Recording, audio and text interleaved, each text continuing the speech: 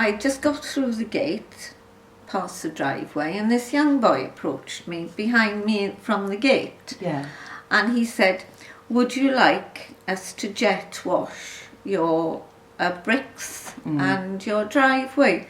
And I said, oh, I have been looking for someone to do that. So he said, oh, £100 and we'll do it all, it'll look like new.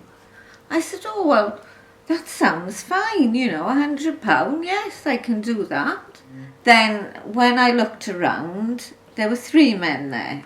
One of them was medium, one of them was quite big. They kept saying, he's quoted wrong, we can do it for, it'll be a lot more than that because you can't just clean it, they've got to reline it. And it went on and on and on, and the price is £5,000. I said, oh, well, that's okay, I haven't got that much money. So, you know, we'll say goodbye. And he said, oh, no, well, how much money have you got? A woman like you've got plenty of money. And I said, well, no, I haven't got that much money. I said, I'll ask my son, you know, and then you can take your time and do it, and he'll give me a little bit if I need it. He said, no, we'll do it cheaper than that. And I said, well, all I've got in the bank is £1,000. And he said, oh, well, that's not enough. He said, and don't tell me you've only got £1,000, you've got a lot more than that. And it was, by this time, it was getting not aggressive, because it wasn't aggressive at that stage, but it was, I was in a quandary then. Do you know what I mean? I know that sounds ridiculous. I'm not a stupid person, but I was, oh, well, it's dangerous. Then they kept saying it's dangerous for the dogs to be walking on this because it's full of algae or whatever. And I thought, well, I've never heard that before. But you sort of think, well, is it true? And so in the end, I said, the most I can get is £2,500. And I said, that's struggling, but I haven't got any more. So I said, oh, we'll do it for that. You go to the bank now. You leave the dogs with us and go to the bank and get the money. And even coming on the bus, coming home, I kept thinking, there's something not right here. But I had the money on me at that stage, so I got off the bus. But when I was getting off the bus, I suddenly said, oh my gosh, my dogs are in the garage, and the garage is open with these 3 men.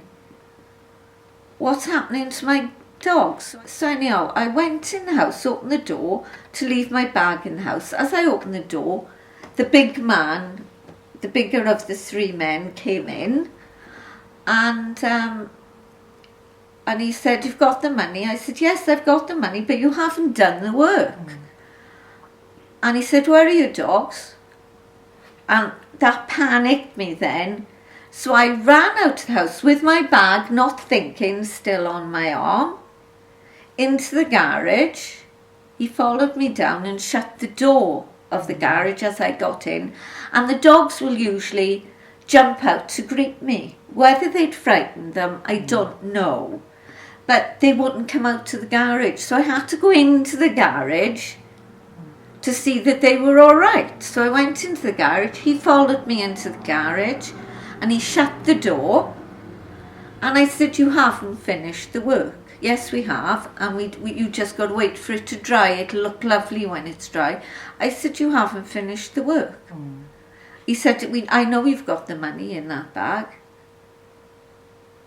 And I knew at that stage that if I didn't give the money, would he kick me? Would he kick the dogs? Was it better to lose the money or lose lose my sanity over something as stupid as this? And I thought, well, I've got to tell someone, I've got to tell the police, because this is not good behaviour, and that it's happened to me, I can get over it, but I don't want it to happen to anyone else. I really don't, because it leaves you feeling vulnerable. If people come to your door and they cold callers, do not let them in, I beg of you, because it is frightening. And I would advise everyone to say, no, I do not accept cold callers.